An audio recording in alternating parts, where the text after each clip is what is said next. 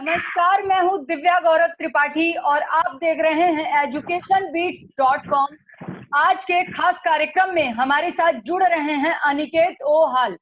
आप एबीवीपी के राष्ट्रीय मंत्री हैं। पूर्व में आप मुंबई सिटी और स्टेट सेक्रेटरी भी रहे हैं। आप राज्य के विविध छात्र हित से शैक्षिक मुद्दों को लेकर लगातार संघर्ष करते आ रहे हैं। तो अनिकेत जी, एजुकेशन बीट्स के मंच पर आज आपका बहुत बहुत स्वागत है। धन्यवाद। अनिकेत जी, हमारा आपसे पहला सवाल ये है कि महाराष्ट्र में लगातार एबीवीपी शिक्षा मंत्री के खिलाफ लगातार प्रदर्शन कर रही है, क्या डिमांड है आपकी? पहले तो पूरे महाराष्ट्र की विद्यार्थियों को मैं आपके इस चैनल के माध्यम से आश्वस्त करना चाह रहा हूँ कि विद्यार्थी परिषद लगातार पिछले 2-2.5 महीने से विद्यार्थी हितों को लेके जो हम एक ऑनलाइन की एक प्रक्रिया थी जिसमें मांग करना, उसके ऊपर आंदोलन चलाना, उसको छोड़ते हुए वो तो आंदोलन है, लेकिन जिस तरह से हमने 2 महीने से लगातार रस्तों के ऊपर आकर सरकार के विरुद्ध में आंदोलन करना शुरू किया है, वो सारे मुद्दे विद्यार्थियों के हित के हैं, शैक्षिक हित के हैं। मैं आपको बताना चाहता हूँ, जैसे कि आपने पूछा कि किस विषयों पे हम आंदोलन कर रहे हैं। आप सभी को पता होगा कि देश भर में जिस तरह से इस कोरोना महामारी आई, वो सारी दुनिया ठप जैसी हो गई। उसी ठप हुई दुनिया में भी कैसे किस तरह से हम शिक्षा को आगे बढ़ाए, इसलिए विद्यार्थी परिषद लगातार संघर्ष करती आ रही थी। अपना विचार सभी राज्य सरकार, केंद्र सरकार से भी हमने रखा था। लेकिन जैसे ही महाराष्ट्र में अप्रैल माह में यहाँ के माननीय शिक्षा मंत्री है हमारे उदय सामंत जी, उन्होंने यहाँ ऐलान किया था कि हम फर्स्ट और सेकेंड ईयर की यहाँ पे परीक्षाएं नहीं कराते, उनको हम आगे करेंगे और आखिरी साल की परीक्षाएं हम जरूर कराएंगे, क्योंकि हम सबको पता है कि आखिरी साल की परीक्षा कितनी महत्वपूर्ण होती है। उससे बहुत सारी डिबेट हुई, आवश्यक है नहीं आवश्यक है, 5 सेमेस्टर हुआ है नहीं हुआ है। तो इस सारे विषय को लेकर विद्यार्थी परिषद ने एक आग्रह का मुद्दा रखा, नहीं परीक्षा होनी चाहिए। तो मुझे लगता है कि यूजीसी ने भी माना था कि नहीं परीक्षा होनी चाहिए, लेकिन हमारे महाराष्ट्र के शिक्षा मंत्री ने कहा कि हम अप्रैल में घोषित किया, बाद में बीच में उसको रोक दिया, बोला कि नहीं हम नहीं कर सकते। ये क्यों नहीं कर सके? क्योंकि उनकी जो संगठन है युवा सेना, उनकी युवा संगठन है, उन्होंने उसमें कहा था कि आखिरी साल की परीक्षा नहीं करनी चाहिए, तो सरकार ने ऐसा निर्णय किया।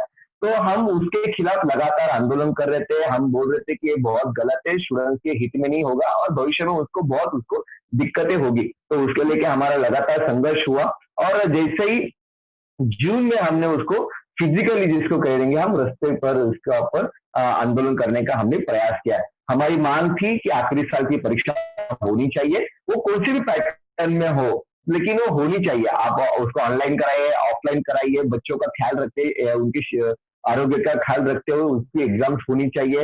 उसके साथ हमने कहा था कि यूजीसी ने जो कहा है आपको कि आप अलग अलग मोड्स में परीक्षा कीजिए, तो वो सारे मुद्दों को रखते हुए हमने कहा था कि ये मांग की थी हमने, लेकिन सरकार उसको नहीं मान रही थी। आखिरकार यहाँ के जो युवा सेना के प्रमुख है आदित्य ठाकरे जी, वो खुद जाते हैं सुप्रीम कोर्ट में और सुप्रीम कोर्ट में एक लड़ाई चलती है इस सारे विषय को लेके। और मुझे आनंद भी होता है और कहने को भी होता है कि शिक्षा वहां जीती है, विद्यार्थियों का हित सुप्रीम कोर्ट में जीता है और सुप्रीम कोर्ट ने एक अच्छी सी फटकार इस आदित्य ठाकरे जी को लगाई है और सरकार को भी लगाई है और कहा है कि परीक्षा लेनी चाहिए। तो हमारी अभी सरकार ने शुरू किया परीक्षा करने का, लेकिन इस सारे इशू में लगभग 5 महीने हमारे विद्यार्थियों के बीच गए। जो परीक्षा करने के लिए बच्चा रेडी था, जिसका दिमाग रेडी था, उसको उन्होंने उलझाया और एक तरह से आश्वस्त कर रहे थे कि नहीं हम परीक्षा नहीं करेंगे, हम आपको ऐसे पास करेंगे, लेकिन ये नहीं हुआ। शिक्षा के हित में नहीं था, इसलिए विद्यार्थी परिषद ने कड़ा आंदोलन उसके ऊपर छेड़ा। दूसरी बात रही इस सारे विषय को कि यहाँ पे जो फर्स्ट ईयर सेकेंड ईयर की परीक्षा नहीं हुई है, तो उसका शुल्क हम क्यों दे बच्चे? तो हमने मांग की कि हाँ, फर्स्ट ईयर और सेकेंड ईयर की परीक्षा जो नहीं हुई है उसका पूरा परीक्षा शुल्क बच्चों को मिलना चाहिए। इसीलिए हमने लगातार आंदोलन छेड़ा। मैं आपको कहना चाहूंगा कि महाराष्ट्र की जितनी सारी यूनिवर्सिटीज है, लगभग हमारी 11 यूनिवर्सिटीज है, पब्लिक स्टेट यूनिवर्सिटीज, उस सारे यूनिवर्सिटी में हमने बड़े बड़े मोर्चे किए, आंदोलन किए। उस आंदोलन की हमारी मांग रही है कि परीक्षा शुल्क कम होना चाहिए। दूसरा कि जो हम एजुकेशन की फी भरते हैं साल की, क्योंकि आज हम सबको पता है कि सभी की आर्थिक परिस्थिति बहुत अच्छी नहीं है। तो हमने मांग की उसमें कि आप उसको 4 इंस्टॉलमेंट में देने का प्रयास कीजिए।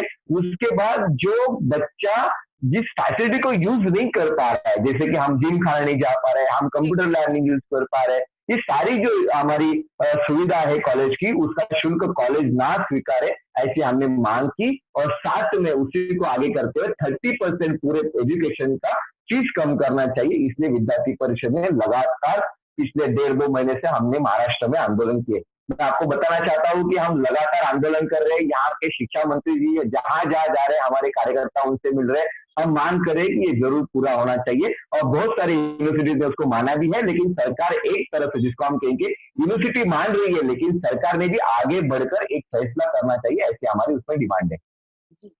अनिकेत जी, एबीवीपी 30% फीस माफी की बात कर रही है, लेकिन क्या एक भी ऐसा राज्य है जहां ऐसी फीस माफी की गई हो? जहां बीजेपी सरकारें हैं वहां ऐसे आंदोलन क्यों नहीं हो पा रहे? क्या महाराष्ट्र में यह आंदोलन सिर्फ इसलिए हो रहा है क्योंकि वहां बीजेपी विपक्ष में है? नहीं, आपको पता होगा तो महाराष्ट्र में शिवसेना, कांग्रेस और राष्ट्रवादी की सरकार है। जिस सरकार ने ना कहा परीक्षा लेने के लिए, लेकिन आपको विपरीत बता रहा हूँ कि छत्तीसगढ़ जैसा राज्य, वहां पे कांग्रेस की सरकार है, लेकिन वो अभी भी ठाम है कि हम परीक्षा करेंगे। लेकिन कब से कर रहे हैं वो? अप्रैल से कह रहे थे कि हम परीक्षा कराएंगे, और उन्होंने उसके ऊपर अपने अपने निर्णय के ऊपर वो एकदम पक्के साबित हुए, और उन्होंने उसके आगे ऊपर तैयारी भी कर ली।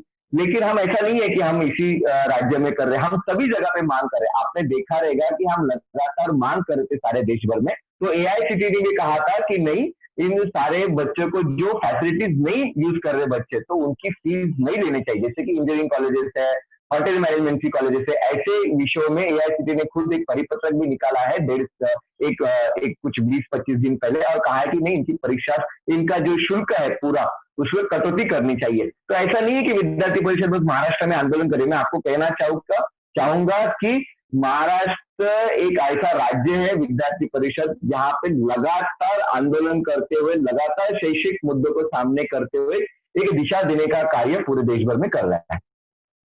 अनिकेत जी, आंदोलन तो कर रहा है एबीवीपी, लेकिन हमारा प्रश्न है आपसे कि क्या कोई ऐसा राज्य है जहां पर माफी की गई, फीस माफ की गई है? इस प्रश्न नहीं, पर माफी तो नहीं की। हमारा इसमें ऐसा कहना है कि सारे लोगों ने उसके ऊपर बातचीत करनी चाहिए। हम लगातार केंद्र से मिले हैं, केंद्र से भी हमारा पिछले माह में हमारा डेलीगेशन से सीधी बात तो नहीं हो पाई है, लेकिन हमने उनको मेमोरेंडम हमने उनको भेजा है। हमने उनको कहा है कि इसमें कटौती होनी चाहिए, और केंद्र भी उसके ऊपर विचार कर रहा है। लेकिन हम बात कर रहे हैं कि यहाँ की यूनिवर्सिटीज है, उन्होंने वो बात करनी चाहिए, क्योंकि और यहाँ की राज्य सरकार है, उन्होंने वो करना चाहिए। हमने बात छेड़ी है, मध्य प्रदेश में हमने बात छेड़ी है, हमने छत्तीसगढ़ में बात छेड़ी है, हमने जितने सारी राज्य है वहां पे बात हमने की है। और हम चाहते हैं कि इसमें कुछ अच्छा सोल्यूशन सामने आए, और एक तरह से जिसको हम कहते हैं कि जिसकी ज्यादा फीस होती है, ऐसा इंजीनियरिंग कॉलेजेस है, उसकी एआईसीटीई ने तो बोल दिया है कि नहीं, जो बच्चा यूज नहीं कर रहा है सुविधा, उसको वो फीस नहीं लेनी चाहिए। चलिए अनिकेत जी, एबीवीपी का सदस्यता अभियान चल रहा है। एक आम छात्र बाकी संगठनों की जगह पर एबीवीपी से क्यों जुड़े, बताएं। विद्यार्थी परिषद लगातार पिछले 71 सालों से पूरे देश भर में शिक्षा विषयों में हम काम कर रहे हैं। शिक्षा विषय तो है ही हमारे साथ, लेकिन राष्ट्रीय मुद्दों पर भी हम बातचीत कर रहे हैं। हमारा ये कहना है कि बच्चा जब कॉलेज में आता है, तो कॉलेज में आते हुए उसको इस देश को समझने की, समाज को समझने की, और उसके लिए काम करने की उसकी जो सोच है वो डेवलप हो, और उस तरह से वो विचार करे। इसलिए विद्यार्थी परिषद हम चाहते हैं कि ज्यादा से ज्यादा बच्चे हमसे जुड़े, और अपने शैक्षिक मुद्दों के साथ अपने देश के बारे में, हमारे समाज के बारे में सोचे। इसलिए मैं सभी इस आपके एजुकेशन बीट्स के माध्यम से मैं सभी देश भर के विद्यार्थियों का आह्वान करता हूँ कि आप भी इसमें जुड़िए। पिछले साल में आनंदित हो रहा हूँ आज बताने के लिए, हमारी रिकॉर्ड तोड़ हमारी मेंबरशिप हुई है। हमारा लगभग 33.5 लाख तो मेंबरशिप पिछले साल हमारा 2019-20 की हमारी मेंबरशिप हुई है। और अभी इस साल जब हम कोरोना महामारी से सभी आज हम घर में है, तो एक नया फॉर्मूला लेते हुए ऑनलाइन मेंबरशिप के माध्यम से हम विद्यार्थियों से आह्वान कर रहे हैं। abvp.org के माध्यम से हम सभी को आह्वान करें कि आप आइए और उससे हमसे जुड़िए। तो हमने ये 14-15 तारीख से हमने शुरू किया इस माह से, और हम विद्यार्थियों के बीच लगातार जा रहे हैं। जी जी। अनिकेत जी, कोरोना की वजह से सारे स्कूल कॉलेज बंद हैं, लेकिन खबरों में एबीवीपी लगातार बनी थी, कभी ऑनलाइन सेमिनार तो कभी सड़क पर मजदूरों को खाना बांटते हुए। लेकिन क्या एक छात्र नेता के तौर पर आपने कैंपस को मिस किया? जरूर जरूर, बहुत ही कैंपस को मिस कर रहा हूँ, क्योंकि जिस तरह से हमारी ये युवा शक्ति है, और जब युवा शक्ति मिलजुल के किसी काम में लग जाती है, तो आप सभी ने देखा है कि पूरे इतिहास में बहुत सारे उदाहरण प्रस्तुत हुए कि इस युवाओं ने किस तरह से समाज में आई विपरीत परिस्थितियों का सामना किया और उस कठिनाई को खत्म करने का प्रयास किया। लेकिन हमने इस माध्यम से भी, जैसे आपने कहा कि ऑनलाइन माध्यम से हम लगातार स्टूडेंट्स के बीच जा रहे थे, समाज के बीच जा रहे थे, उस माध्यम से भी हमने समाज को आह्वान किया था, युवकों को आह्वान किया, तो आप आइए और हम समाज के लिए कुछ करेंगे। तो मैं कहना चाहूंगा कि लगातार, जैसे कि ये मार्च से शुरू हुआ, एंड से तब से लेके आज तक विद्यार्थी परिषद के कार्यकर्ता लगातार किसी न किसी विषय में लगे। शुरुआत में भोजन इसमें लगे थे, भोजन परोसने में लगे थे, बाद में उसमें हमारे जो सारे सरकारी कर्मचारी है उनको खाना, उनको उनकी देखरेख करना, उनके लिए रहे। उसके बाद प्रवासी जा रहे थे, उनको मदद करना, खास करके हमारे नागपुर, हमारे मध्य प्रदेश में ऐसे जो बड़े बड़े सेंटर्स आ रहे थे, वहां पे हमारे लोग कार्य करते हैं। उड़ीसा में हमारा लगातार कार्य चल रहा है। साउथ इंडिया में, जिसको हम कहते हैं, केरला में जब पहले शुरुआत, तो वहां पे भी हमारे कार्यकर्ता लगे हुए थे। तो ऐसा एक भी स्टेट नहीं है और ऐसा एक भी जिला नहीं है जहाँ पे विद्यार्थी परिषद के कार्यकर्ता इसमें जुड़े नहीं है। उसके आगे जाते हुए आपने भी सुना रहेगा, आपने देखा रहेगा कि हमने पुणे, ठाणे और मुंबई में हमने मेडिकल स्क्रीनिंग का प्रयास किया, और उसका बहुत अच्छा बेनिफिट यहाँ की जो सामान्य हमारी महानगर पालिका है, हमारा सरकार है, उनको भी मिली है। इस तरह से राहत लोगों को मिले कि नहीं, कोई हमारे घर तक आया है। क्योंकि आपको मैं बताना चाहूंगा, जिस तरह से अप्रैल मई में एक माहौल था, सब लोग घर से बाहर निकलने के लिए तैयार नहीं थे, उस समय विद्यार्थी परिषद के कार्यकर्ता पीपी किट के साथ बाहर निकले थे और घर घर जाके लोगों का स्क्रीनिंग कर रहे थे और देख रहे थे कोई बीमार है, किसी कोई सिम्टम्स है, और उसको तुरंत वहां से आइसोलेट करने का प्रयास वहां की स्थानिक प्रशासन से मिलकर हम कर रहे थे। इसमें मैं भी जुटा हुआ था। यहाँ मुंबई में लगभग 1 महीना हम इस पूरे मेडिकल स्क्रीनिंग में रहे, जिसमें हमने धारावी तक भी हम गए। धारावी में भी एक दिन में लगभग 10,000 स्क्रीनिंग एक ही दिन में करने का प्रयास हमने किया। एक खुद में एक जिसको कहेंगे कि एक बड़ा ही एक आंकड़ा इसमें है। तो एक अच्छी राहत भी मिली है हमें। तो हमने तो जिसको कहेंगे अनुभव किया है कि ऐसे कठिन परिस्थितियों में भी समाज के बहुत अच्छे लोग, युवा, उनको आज भी चाहते कि नहीं, हम जाएंगे समाज में और कुछ ना कुछ समाज के लिए करेंगे। बढ़िया है अनिकेत जी। अनिकेत जी, एबीवीपी जो कि हमेशा अपने कामों की वजह से चर्चा में रहती है, इस समय का सबसे बड़ा मुद्दा फीस है, जिसमें अभिभावकों की सरकार से मांग है कि लॉकडाउन के समय की फीस माफ कर दी जाए। अभी तक एबीवीपी ने इसके लिए कोई बड़ा आंदोलन किया है क्या? नहीं, मैंने आपको वही बताया कि जो हम मांग कर रहे हैं ना महाराष्ट्र, हम आपको जो मुद्दे बताए, हमारी यही मांग है कि सारी परिस्थिति बिगड़ गई है, आर्थिक चक्र थमा हुआ है, तो हम लोगों को समझते हुए, सरकार को भी समझते हुए इस चीज को कम करना पड़ेगा। अब एआईसीटी ने बोल दिया है, कल मेडिकल काउंसिल बोलेगा, लेकिन हम सभी की आवश्यकता है। यूनिवर्सिटी ने आगे आना चाहिए, कुलगुरु ने आगे आना चाहिए, और यहाँ के जहां जाके राज्य सरकारों के मंत्री, उन्होंने भी आगे आके कहना चाहिए कि नहीं, हम हमारे बच्चों का पालकत्व स्वीकार करते हैं और बच्चों की हम फीस कम करेंगे। ये तो हमारी मांग है और इसके लिए हम लगातार लड़ते रहेंगे। यहाँ के शिक्षा मंत्री ने हमें आश्वस्त किया है कि हम जरूर 30% यहाँ की जो आपकी फीस की मांग है उसको कम करेंगे। उन्होंने कुछ वक्त मांगा है, लेकिन इस वक्त में उन्होंने माना नहीं, तो विद्यार्थी परिषद का एक आंदोलन, ये जो अभी चल रहा था, उसको हम और जिसको कहेंगे उग्र और तीव्र करने का प्रयास हम उसमें करेंगे। जैसा कि अनिकेत जी आप कह रहे हैं कि आप लगातार एबीवीपी संघर्ष कर रही है, जब तक ये फीस माफ नहीं करी जाएगी एबीवीपी संघर्ष करती रहेगी। और कितना % आपको लगता है कि ये आश्वासन जो शिक्षा मंत्री ने आपको दिया है, तो फीस माफ कर दी जाएगी? कितना % जो एक तरह से, हाँ, एक तरह से मैं जैसे कि मैंने बताया कि जो अलग अलग ऑल इंडिया अथॉरिटीज है, उन्होंने भी उस दिशा में निर्णय लेने का प्रयास किया है। तो मुझे लगता है कि आज निर्णय उन्होंने किया तो बस इसको इम्प्लीमेंट करने का जो दायित्व है हमारी सरकार का है। तो हमारी सरकार ने और जोरों से कहना चाहिए कि नहीं, जो कहा है उसको मानना पड़ेगा और इस चीज को लेना आपको कम करनी पड़ेगी। मैं आपको बताना चाहूंगा, यहाँ पे डॉक्टर बाबा साहब अम्बेडकर टेक्निकल यूनिवर्सिटी है महाराष्ट्र में, रायगढ़ में, और उसमें सारे इंजीनियरिंग कॉलेजेस यहाँ पे उससे जुड़े हुए हैं। तो हमने वहां पे मांग की, लगातार उनसे बातचीत कर रहे थे कि आप जो फीस है उसको कम कीजिए। मैं आपको बताना चाह रहा हूँ, उनको हमने बताया, जताया कि महाराष्ट्र के एक छोटे छोटे गांव से आने वाला अभियांत्रिक कक्षा का विद्यार्थी, उसको आपने एक अच्छी तरह से सोचना चाहिए, वो कैसे आपको पैसे दे पाएंगा। मैं आपको बताना चाहूंगा कि उन्होंने फीस कम की है। लगभग आज उन्होंने 4 इंस्टॉलमेंट देते हुए जो उनकी टोटल फीस है उसमें भी 18,000 कम की है। तो मुझे लगता है कि एक तो अच्छा जिसमें मॉडल उन्होंने डेवलप किया है, तो सारे देश भर के सारे यूनिवर्सिटी ने उसके ऊपर देखना चाहिए कि नहीं, ऐसा भी हो सकता है और इसमें बच्चों को हम राहत दे सकते हैं, उनके पेरेंट्स को राहत दे सकते हैं।